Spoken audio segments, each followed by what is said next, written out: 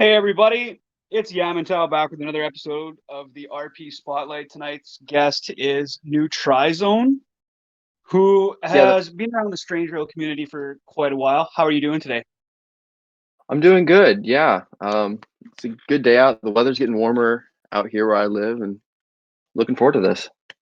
Fantastic. Yeah, it's been a process to get you on the show, both on our end mostly.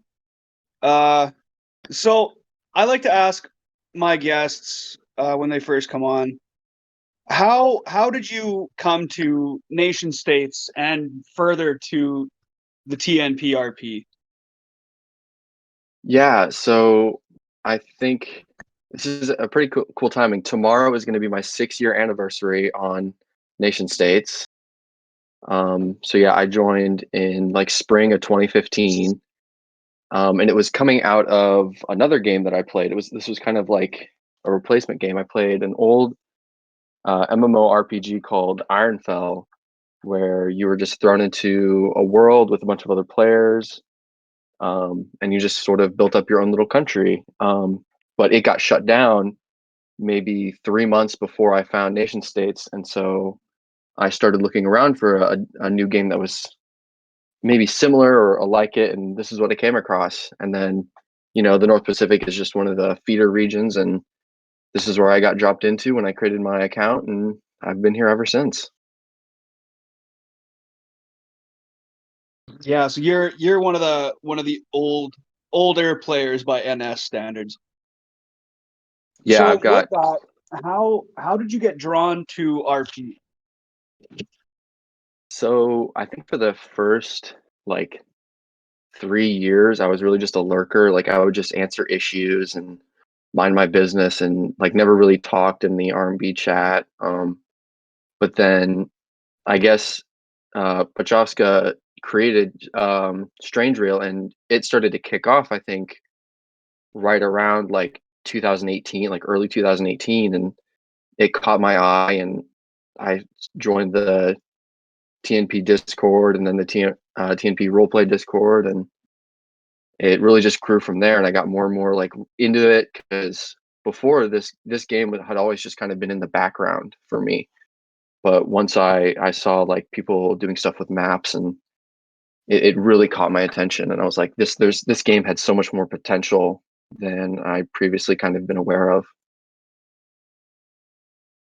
So what about Strange Rail really sold it for you? It's for me, it was just the size of the community, because back then in like 2018, 2019, we still have like at least 100 people on the map, and there's so many people to interact with, and it really it gave me a space to kind of be more creative, and I really enjoy world building, and this helped me kind of put that in put that creativity out somewhere for other people to enjoy, for myself to enjoy, things like that. It was just chance that I came across Strange Real, as compared to like Eris or any other RP map that was going around at the time. And you've mentioned like using it as an outlet for your creativity. You are pretty well known in this community for your map making skills. What drew you to doing maps? Because I've seen a lot of your map work, and it's a pretty hefty portfolio. Yeah, it always just fascinated me. I think it ties back into like what I said about world building, like that stuff, just like kind of creating your own little worlds. Like there's like you could find like a sketchbook from when I'm like 6 years old, and I was drawing like little cities and countries and even little worlds, and I've been doing this for basically as long as I can remember. And um, it had just been kind of like this hobby that I had built up, and I like building things. So, real stereotypical, I have lots of Legos, and I play city building games and other like kind of like video games in that genre, like the Civilization series and things like that. So yeah, it's just always been like this kind of interest in creating, um, creating things, I guess. Yes, because you also created your own RP map setting at one point called Istoen, if I remember correctly. Yeah, I think I'll look at when I made that because I think it was just around. It came out like I started it just after Strange Reel started, but so by then Strange Reel had already kind of had a base as like had already started to establish itself as like the quote unquote main RP map for the North Pacific, if you can say that, because it's not like the official one, but it's the one everybody knows. It is one of And the so I most active. yeah yeah yeah Strange Reel certainly has like a seniority to it, I guess. And so I came out with my own, um, just because I was interested in map making and I knew that I had a skill set and I was interested in using it and utilizing it. And so I think for a couple months I ran it, but by that point I had already recognized that Strange Reel was a little bit more established at that point, and so I just kind of left it to. Um, I just kind of like just let it go away, and I started focusing more on Strange Reel because by that point I had joined the Strange Reel RP community, and I felt it worth just moving on from this personal project and focusing more on Strange Reel. So bringing that around. So with your nation, New Trizone, tell me a little bit about like what inspired it. Yeah, so I have some Dutch heritage. So basically, the premise of the nation is that it's similar to it's it's a mix of Quechuan, which is just native Peruvian Quechuan, English, and Dutch cultures and languages and all that.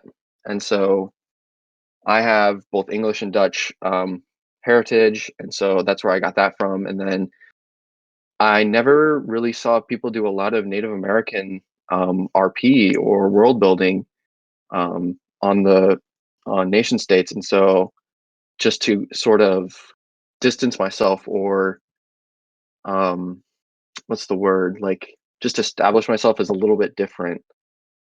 I was like, oh, I should do something with Native American culture, Native American history, because I'm just interested in that stuff already, like living in the United States and like having a lot of Native American culture around me because I live really close to Cahokia Mounds, like some of the most iconic and largest earthworks in the Western Hemisphere. And so I went with Quechuan culture just because it's very much still around and it's one of the few native cultures that has really been able to survive colonization. And so I had a lot to work with because of that. Like I had the language is still thriving, and so I could do a lot with the language and all that other stuff. Um, so it just allowed for me to really uh, go in depth with world building because if I wanted to do something with like, oh, I don't know, the Osage tribe, like there's not a lot of that out there on the internet to access. And so I just wanted to go with something that not a lot of people have done and also make sure that I still have a lot of material on the internet to work with to kind of base my world building on. Okay. So what's the kind of political inspiration behind it? Like A what lot of is it, the political system first and a lot of foremost? it's, yeah, a lot of it's based on my personal political beliefs. It's parliamentary, like republic, or not parliamentary, but it's federal. It's better to say federal. It has it's unicameral with a chamber of representatives, and we have a president. Um, but there's not. It's not a two-party system. It's got like six major parties. So it was a little more politically diverse, and it's a little more politically left-leaning. So like the current seat of government, my president is a member of the Green Party, which is the largest party in the nation. Um, yeah, I wanted to sort of create a personal something that I would like to see in a government. Okay. So you are also probably one of the longest residents, other than, of course, uh, Freetley or HKE, but you have become the kind of centerpiece of the continent of the Strange World map called Fuchsia or Fuchsia. Why that spot? Because I know for a lot of people on Strange World, spot means everything. Why did you choose that one? Yeah, so I joined Strange. We're what? We're on, I think, 267 is what we're on. Like, we're on map 267 for Strange Real. I joined in 128, which is still like that's only like the middle of the road, but when you consider the turnover rate of nations, I'm up there in terms of longest residence. But I was originally on Osea for the first like maybe 10 updates, and I was just in the middle. I was right where like that Great Lakes region is. But then afterwards, I started to think like once again I wanted to sort of go out of the ordinary, because that's like it's the middle of the map when you look at it on how it's displayed. Like, that's where everybody wants to move their country to. It's usually like the busiest part of the map with tons of nations. And so I looked at this little continent in the bottom right corner, and I was like, you know what? I want to make this more interesting for myself, and kind of I want to put myself out there and go for a little bit more of a, I don't want to say challenge, but just it's just a little bit more different because you don't see a lot of people there, and uh, it just would be it would be more entertaining for myself to try and like work out how I got there, like how I could world build, like why my nation is there, and how it formed and came to be on this continent off to the side.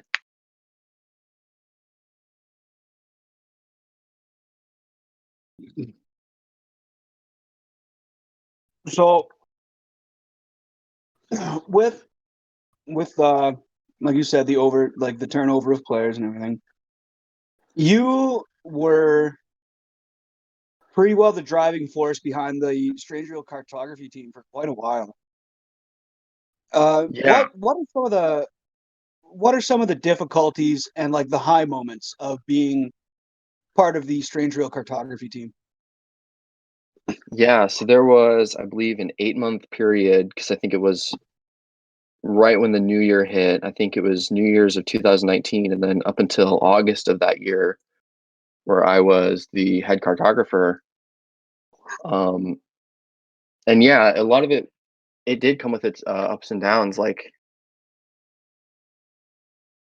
I was really proud of like um, a lot of its organization nowadays is thanks to me. So I started the weekly updates. Like, before that, there wasn't a set schedule when the map was going to be released, and so I established that we were going to release them every week. Originally on Friday, but now it's a Saturday.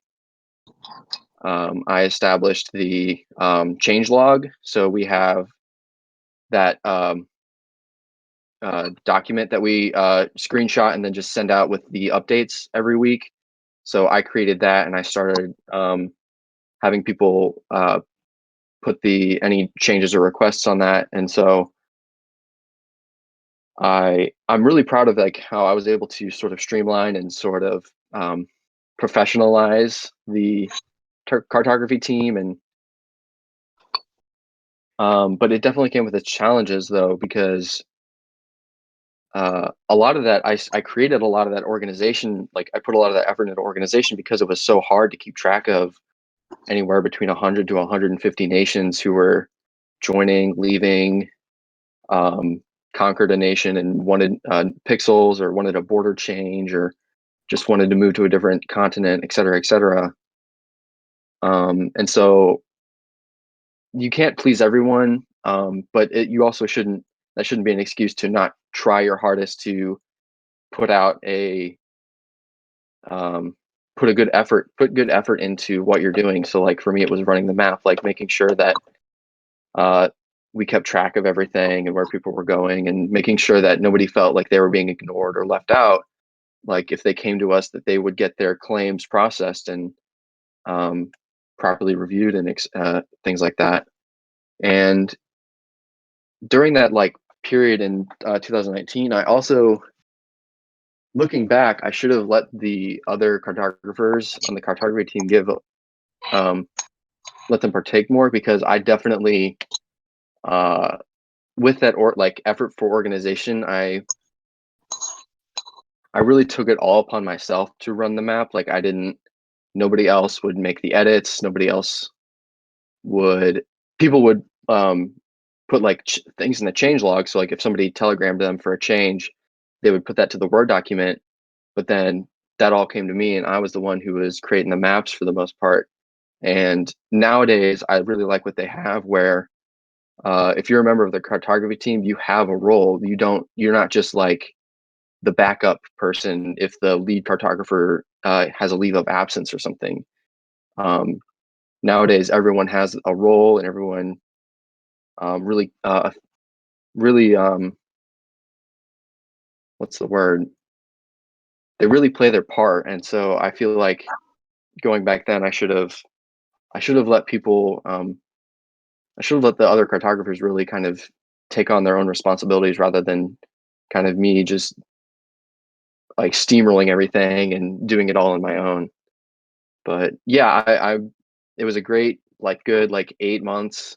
I stepped down from the head position because I was starting college at that time. So August, it's like, okay, I'm in college. I gotta put all my focus towards this. And so I put kind of Strange Reel on the back burner, and I was like, okay, I'll let someone else take over.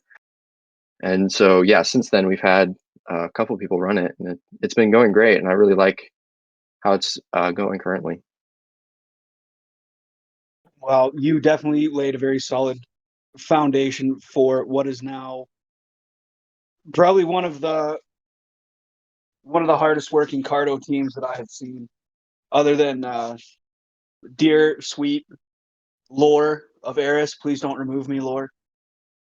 But I think the community appreciates the groundwork. I really do. No, yeah, and shout out to Eris too. Like what you said, like they've got some incredible people on their team too. Like I joined Eris for a few months, tested it out. I didn't end up staying with it, because Stranger World really has become the focus of um, nation states for me, and so I felt like I shouldn't spread myself too thin. But yeah, they have a really good team over there, and I really like the stuff that they do.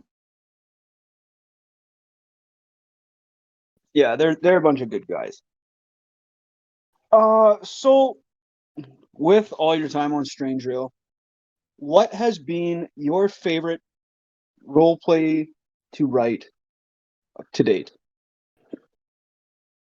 First thing that comes to mind was and sorry, I because you only read the country names, and you only read the continent names. You don't really hear them. I call it Fusia, but I created the Fusian Union, and um, that was a lot of fun for me. And so writing things that surrounded that were fun. So like I created like a national, like a continental highway project, where I had like, I think 7 or 8 other people. Yeah, the Fusian Highway project, where I think there was like 7 or 8 of us on the continent, where we all kind of collaborated in creating just a united highway system, and how we would establish what cities were connected, and how the countries were connected, and stuff like that was really fun for me. And just running the Fusian Union was really fun, because um, I had always wanted to kind of try and unify the continent a little more, because it's so small, and so there's not a lot of like identity behind it. Like there's Ocean, which originally, before it was just like a overarching, just general like alliance. It used to be just for um, countries on Osea, and it was kind of like they had an identity, and I really liked that, and I wanted something like that for Fusia. And so I'm glad where it went. It didn't end up working out, and so it's no longer a thing. But it was fun while it lasted, and I enjoyed um, writing on it and working on it, and et cetera, et cetera. Yeah.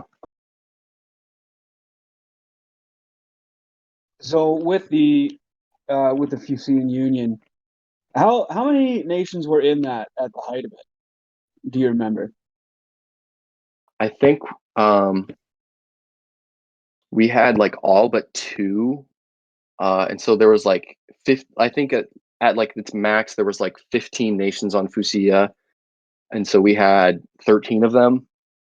Um, and so I'd included tiers to the union, so you could be either a full member state or just an observer state. And so we had 13 people on the continent that were at least one of those two ranks, either member or observer. And so yeah, I was able to get a pretty large majority of people involved at any one point. And so yeah.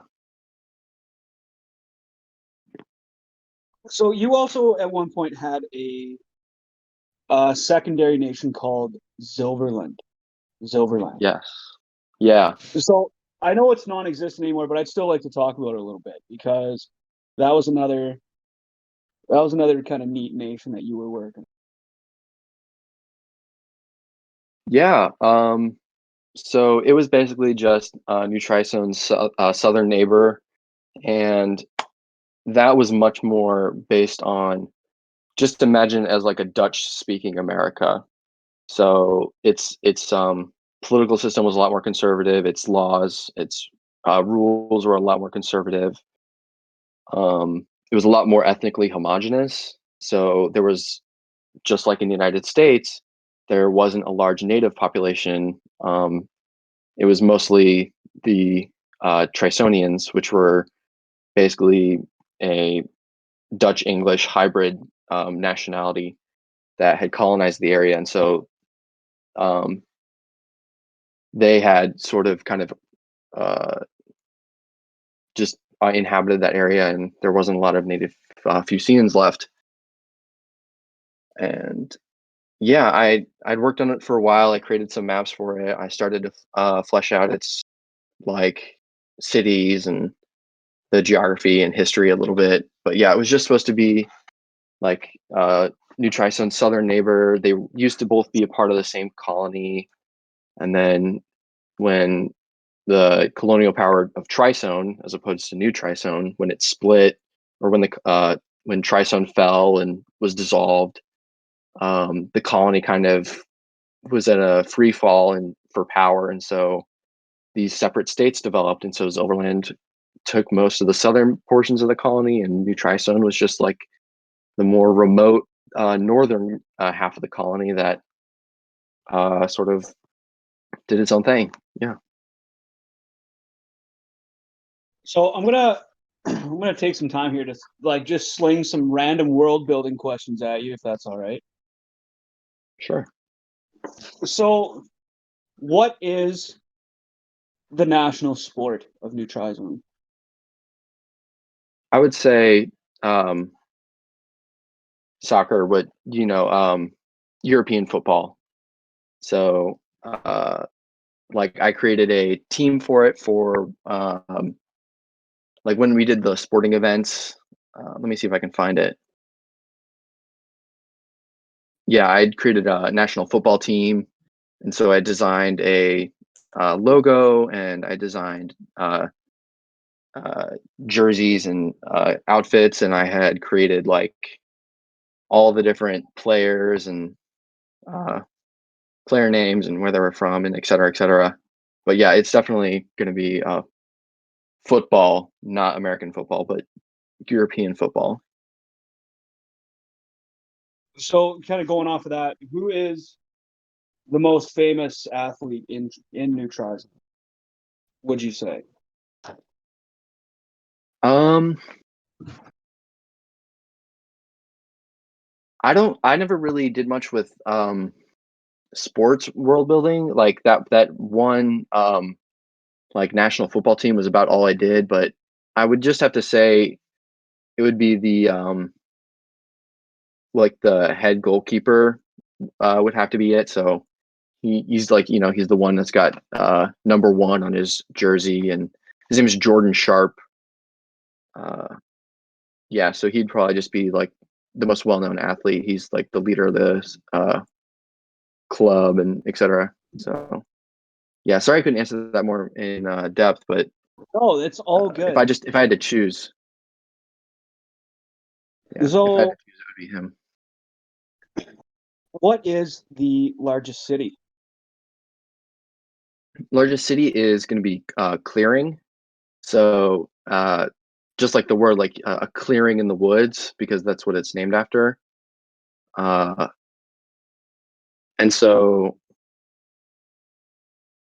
it's got a little over 2.8 million people, and I use the real life city of Portland for its like inspiration. And so like if you go to my page, you'll see like the census fact book, and it's got the skyline of Portland for its skyline, and the word and clearing is actually the original name for Portland before it was called Portland, and so I thought that was perfect, and so that's what I use for it now.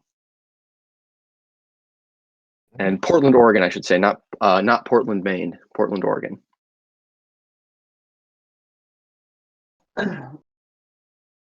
So, what is the most famous building in Trizone? I'm assuming it's probably in Cleary.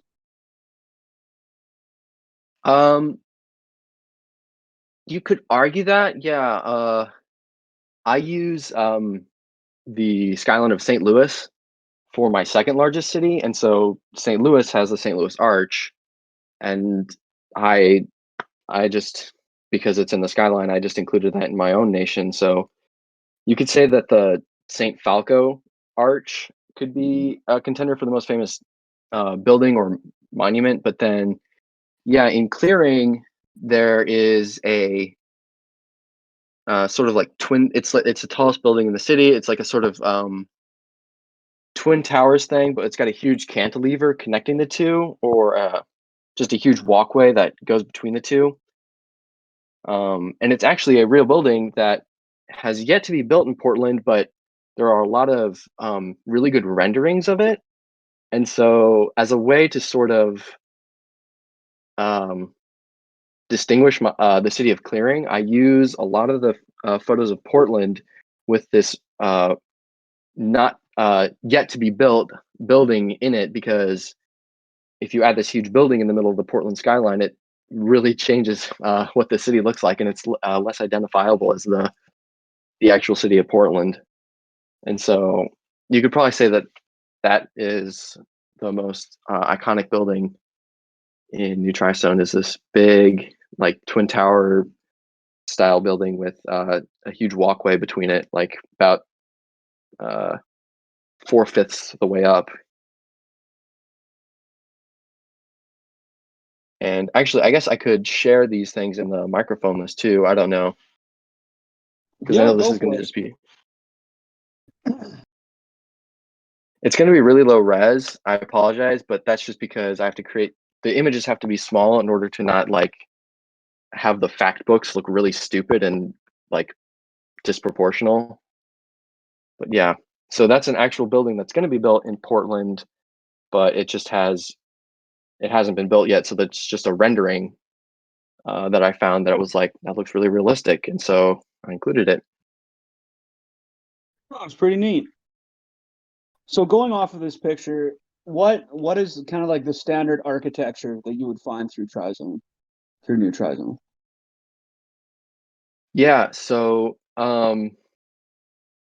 it will vary based on how far north or south you go. So southern New Trison has a lot more Dutch inhabitants, or Dutch inspired inhabitants,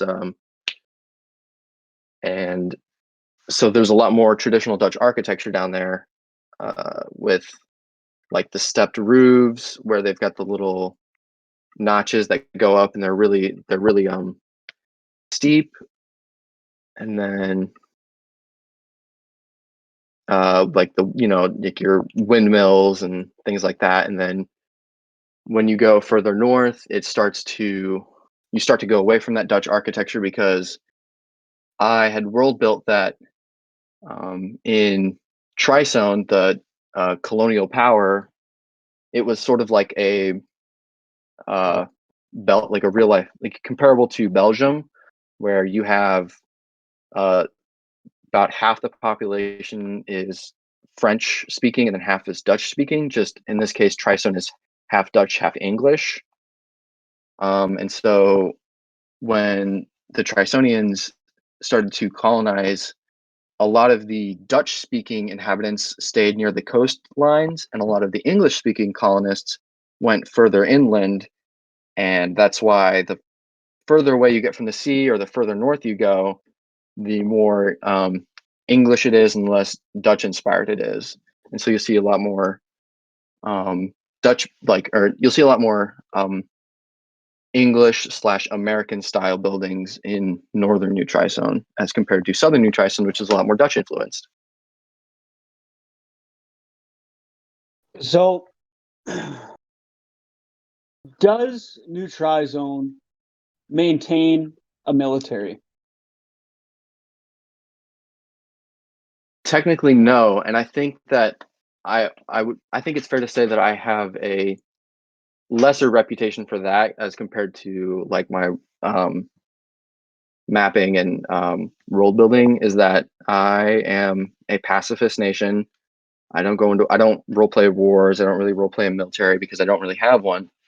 A long time ago, I did make a National Guard, which is very limited in its size. I think it only has like 40,000 active um, soldiers, and it's very much not like any military that you see a lot of other people on Strange Reel that and what they do, because a lot of people on Strange Reel are uh, very much into military, and like they're that history buff where they can like name every type of tank that was used in World War II and yada yada.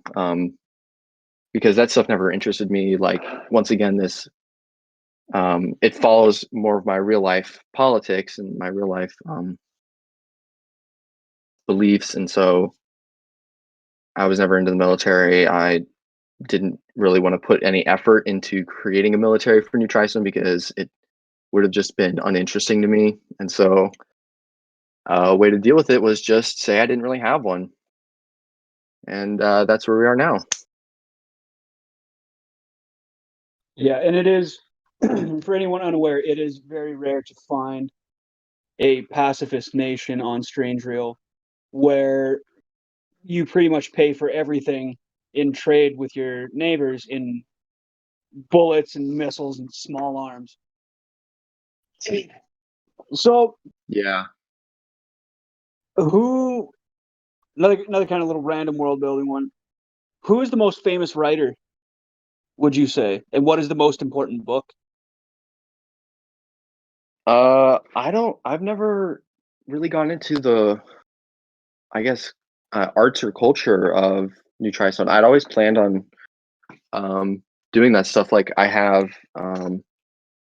a whole culture section on my fact book, but that's kind of been like the last thing that I planned on fleshing out, and so I've never gotten to that. Uh, it would probably, though I have had ideas, so it would probably be um, inspired like Oscar Wilde. I wouldn't use his name, but I might use his likeness, and um, I might use him as inspiration. So imagine and from that same time period as well, like late 1800s, much more, uh, yeah, just something from then, and a lot more Oscar Wilde inspired. But yeah, I haven't created a name or a book or anything in that, like that sort. That's fair. So what is here's most of these questions have been from Pradice, who's a pretty consistent audience question guy. What is the highest point in New Trizone? Yeah, I do have an answer for that. It's called Guard's Dome. It's about 1,800 meters tall, and I got that from how I so just to kind of help you guys understand how I designed New Trizone was I basically combined like 4 or 5 Midwestern states. And so I was like, I combined like the population of Missouri, Kansas, Nebraska, Iowa, and then Tennessee, which isn't a Midwestern state, but I digress. And so I used a lot of the combined demographics and combined geographical stuff as a reference point for New Trisone. And so the highest point in Tennessee, because it has some of the Appalachians, um, is called something similar. It's not called Guards Dome, but it's called like Soldiers Dome or something. Uh, and I just used that. I was like, hey, that's a good like not super tall, but not super short um, highest point. And so I just went with that as inspiration. So obviously they're also you've probably also got an answer for what is the lowest point. Yeah, and so that actually looks like it answers another question, which was the longest river I can see in the chat. Um, the Termayo River, which is at 66 meters. And so I have, uh, I basically, a lot of it's built around the Midwest. So a lot of the geography of New Trison is built around the Midwest, similar climate, similar landscape. And uh, I personally have a connection to it because I live at the confluence of the Missouri and Mississippi, the two largest rivers in North America. And so I did something like that with New Trison, where a lot of New Trison is centered around the Termayo and Hatun rivers. And so, yeah, the Termayo River is going to be the longest, and it's also going to be the lowest point where it flows uh, near the southern border, where it's starting that elevation is starting to decline because it gets closer and closer to the coast. Okay. So another question from the chat here. Uh, what is the postal service like? Yeah, all I can say is it would be similar to the United States. It's a federal run uh, program. Well, it's a little more. It's less of a free market because the United States has you can go through other postal like other mail services, but yeah, the postal service in New Trison is a little more broadly encompassing. Uh, yeah, I don't have I haven't designed like a car or something and that's on my mind just because of in the United States we just had those new designs released, which I think look incredible. Just because of how silly they look, but I think that that's awesome that we're gonna have these silly little cars driving around soon. But yeah, it's fairly comparable to the United States, just a little more overreaching than ours. Okay. So is law enforcement in New Trizone left up to local authorities, or does the federal government run most local enforcement authorities? Yeah, Like it's law going to be enforcement. it's yeah. I think it's fair to say that it's a top-down system, so it mostly comes from you're going to have that federal oversight. And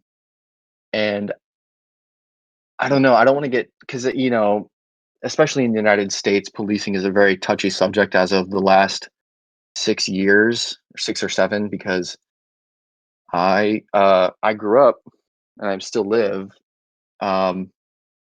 in a suburb not too far away from Ferguson. Like I could drive up to Ferguson in maybe 15, 20 minutes.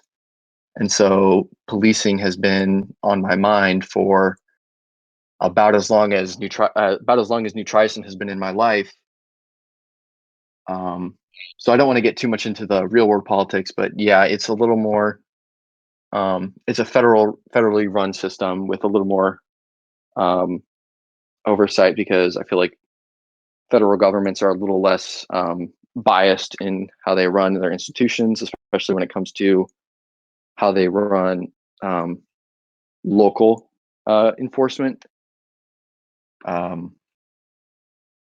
Because in the real world, you have like the FBI will always investigate a local police department, but you can just skip that if you just have a federal program that does it itself, that runs the police department itself. Yeah.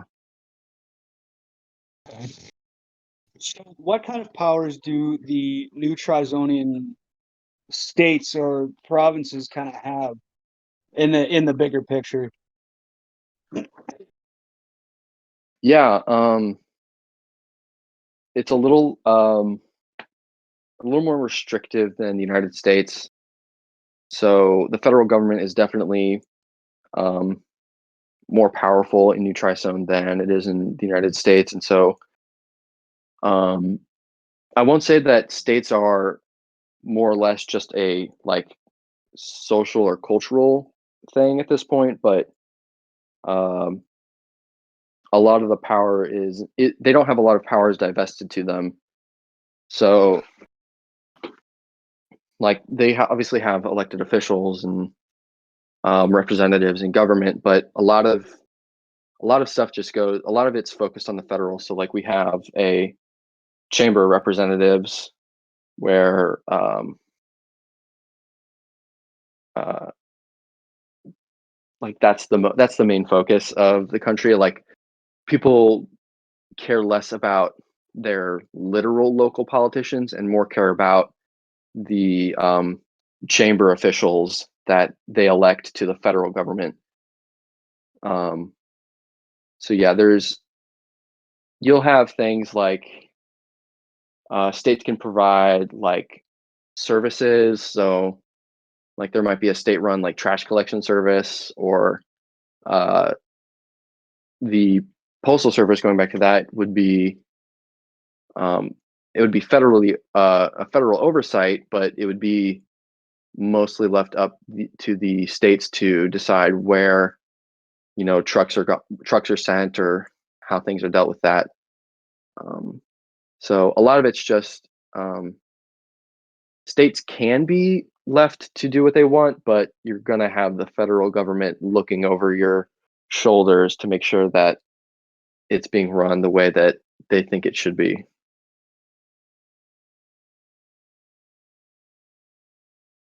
So what is like the main source of energy in new Trizone, like coal, natural gas, nuclear, wind, what have you? Yeah, modern day it's mostly green slash renewable, because those are different. Like nuclear isn't usually considered green, but yeah, a lot of wind, solar, and then nuclear are the three biggest. We don't. There's not a lot of. There is a limited amount of hydroelectric stuff. So we have some dams, but because the rivers, the Termai and Hatun, are really integral to the nation's past and are still important in transportation and whatnot. Uh, the country is a little reluctant to kind of tap into that.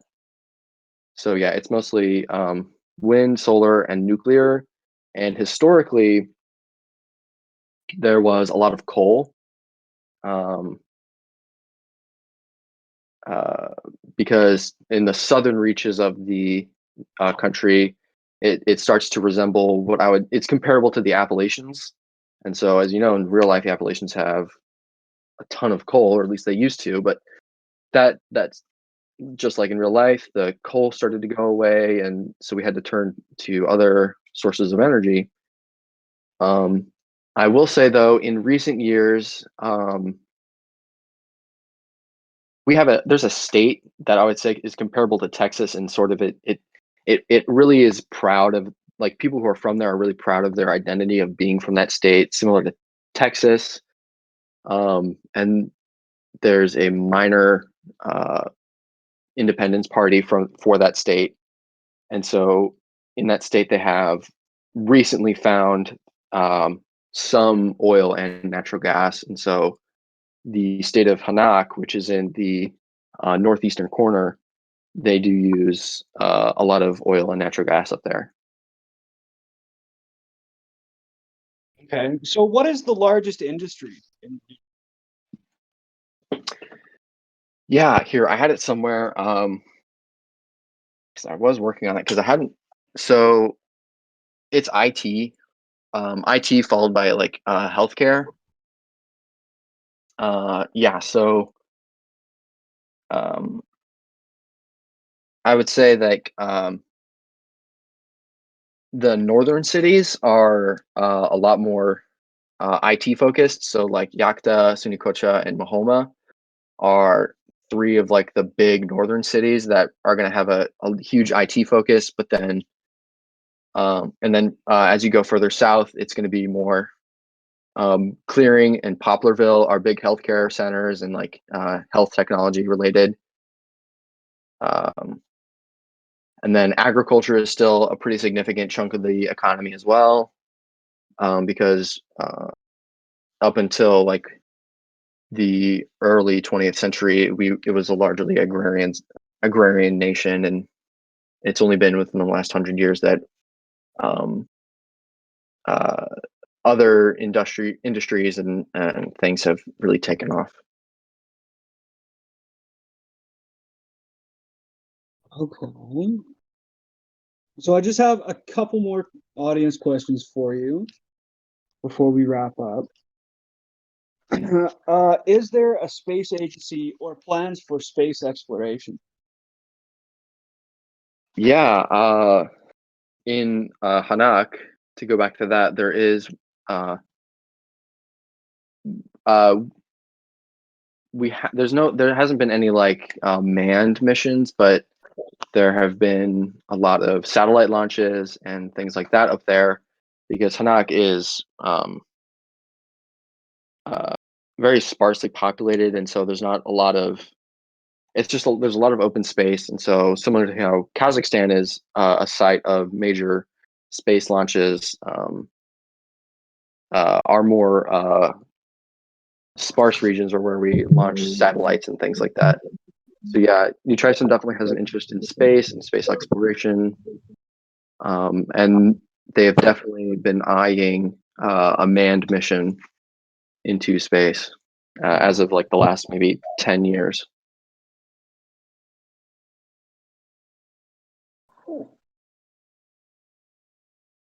And so our last audience question is, what was the biggest financial crisis in New Trizone's history? Yeah, so it was the late 1800s, and that whole like area, or should say era. Um, I called it the Age of Bedlam, which is just like a really archaic term for like crisis or something like that.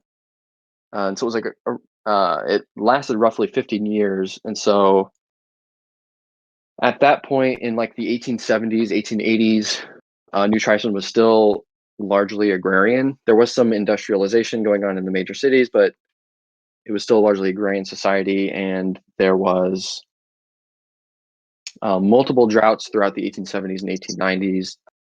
Sorry, 1870s, 1880s, um, which eventually led to a coup in 1884.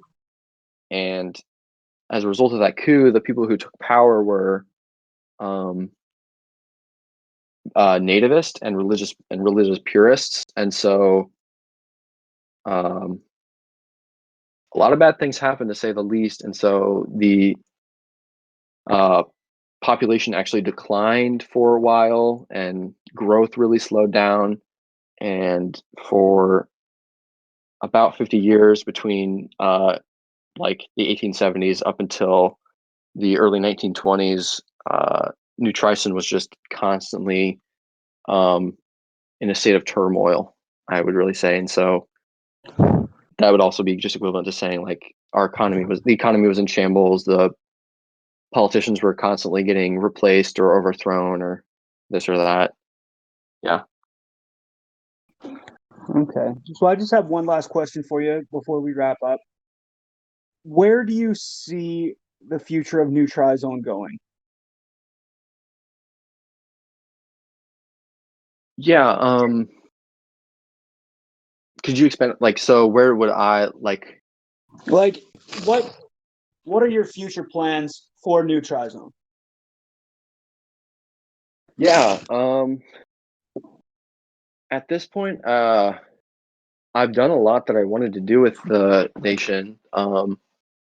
Like I finally got a lot of my census stuff out of the way because it was, 2020 just has come and gone, and so it was like supposed to be a census year, and I was really big on. I'm really big on demographics and demographic data, and so I created census data and population statistics and this and that, and I just finished that up maybe a month ago. Um, but yeah, I had some plans to expand on the culture a little bit because referencing earlier, like I didn't have much on writers or any of the arts. I know that I want to focus a lot on Quechuan culture and Quechuan art, and because I really like I really like Native American art and especially Andean cultures because I did have the privilege to go to Peru about 3 years ago, and that was really cool for me to go and see all the things that they do out there, and like I was able to visit Machu Picchu and um, yeah. So I think for me, it right now it's just trying to flesh out the culture a little bit, and I do want to get back into um, interacting with more players because or more other nations on nation states because I've been in sort of like remission from it. I was really involved when I first got in like 2018, 2019, like when I was head cartographer. But the last year I've sort of kind of cooled my jets to say, and uh, I've been a little more just self-focused, and I've been working on world building a ton, personal world building and personal map making. And so I think um, as of recent, I do want to like start interacting with players again and people because I have some great memories like interacting with old nations like Athenos, for example. I probably interacted with the most before they left.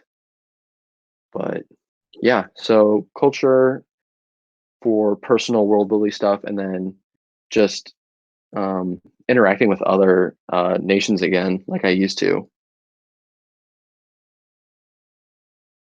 Well, that's awesome. Well, folks, that's all we've got for you today. Thank you for tuning in. And we at Culture and Radio really appreciate your support with this whole endeavor. Thank you to our guest, New Trizone. It's been a pleasure to have you on. Yeah, this was awesome. Thank you for having me. It's our pleasure. Well, guys, gals, and non-binary pals, that's all for us. This is M signing off.